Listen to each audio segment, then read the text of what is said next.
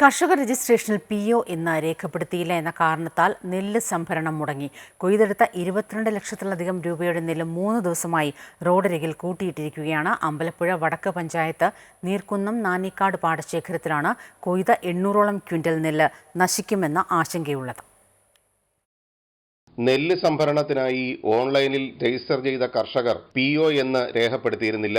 മേൽവിലാസവും pincode സഹിതം മറ്റെല്ലാ വിവരങ്ങളും ഉൾപ്പെടുത്തിയിരുന്നു. എന്നാൽ PO എന്ന് എഴുതാതിരുന്നതിനാൽ കർഷക രജിസ്ട്രേഷൻ പൂർത്തിയായിട്ടില്ല എന്നാണ് അധികൃതർ നൽകുന്ന വിശദീകരണം.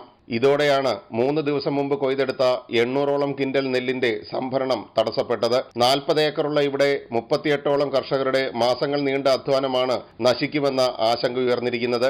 നിലവിലെ കനത്ത ചൂടിൽ പോലും ഈർപ്പത്തിന്റെ പേരിൽ കിഴിവ് വേണമെന്നും മില്ലുടമകൾ ആവശ്യപ്പെടുന്നുണ്ട്. എന്തുകൊണ്ടാണ് ഞങ്ങളിപ്പോൾ 4-5 ദിവസമായി റോഡിൽ നെല്ല് കൂട്ടിയിട്ടിരിക്കുകയാണ്. വാഹന ഗതാഗതത്തിന് തടസ്സമുണ്ടാകുന്നുണ്ട്. മഴ വരുമ്പം നെല്ലിൻ്റെ ഈർപ്പം കൂടുമെന്നുള്ള ഭീഷണി, അങ്ങനൊരു ഭീതിയുണ്ട്. ഇപ്പോൾ രാവിലെ ഒരു 5 മിനിറ്റ് മുമ്പ് എന്നെ പാടി ഓഫീസിൽ നിന്ന് വിളിച്ചിരുന്നു. പാടി ഉദ്യോഗസ്ഥർ പറയുന്നത് നിങ്ങൾ മില്ലുകാരുമായിട്ട് ഒന്നുകൂടി രമ്യതയിൽ പറഞ്ഞ് പരിഹരിക്കണമെന്നാണ്.